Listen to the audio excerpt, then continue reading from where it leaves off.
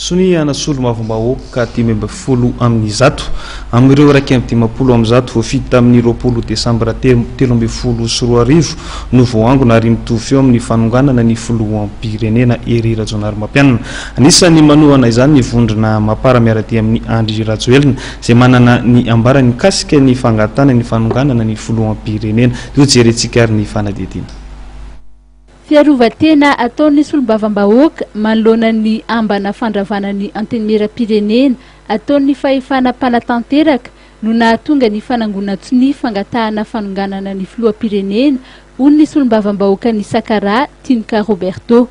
Nosoritany ihany koa fa tsisy intsony ny fifampitokisana eo amin'ny fahefana mpanatanteraka sy ny fahefana mpanao lalàna. Zahay efa maheno hoe efa vita soumia ny décret akana anaovana dissolution ny antenimieram-pirenena.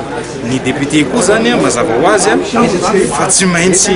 miaro tena koa satria araky ny lalam-panorenana antsika tsy miala amin'ny lalàna dia manana fahefana koa zahay zany hanao an'ilay déchéance ny président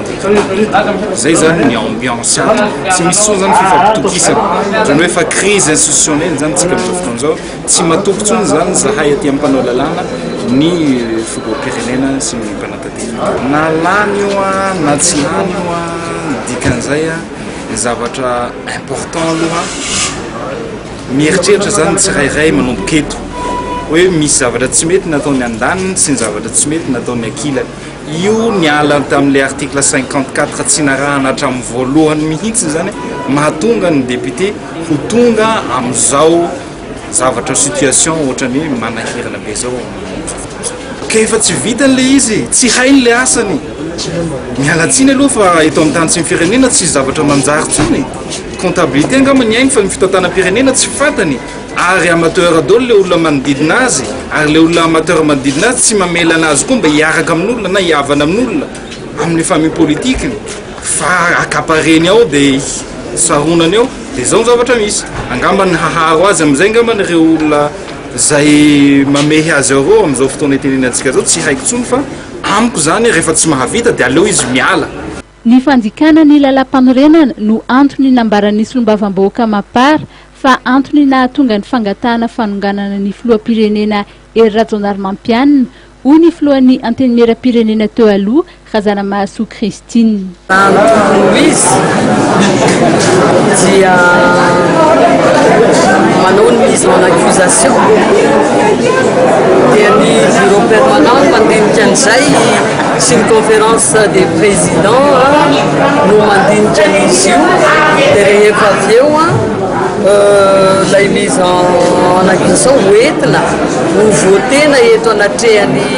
assemblée plénière dia rehefa ny roapatelo ny député no mandany amin'ilay mise en accusation ny président mba ho afana manongana azy amin'ny toerany dia rehefa ny roapatelo ny député no mandany an'izay mise en accusation zay fangatahana nataon'ny député izy io fangatahana fiampangana ny filohan'ny république no ny fanitsakitsahana ny lalam-panorenana tapahoatra ka ny député izay mitondra an'izany fitarainana izany dia ny vahoaka ihany satria solombavam-bahoaka ny député ka ny vahoaka no mitondra an'izany fitarainana izany ary raha ohatra ka hoe hosetry ny fitarainana hanao fandravana ny antenimieram-pirenena dia ny antenimieran'ny vahoaka no ravana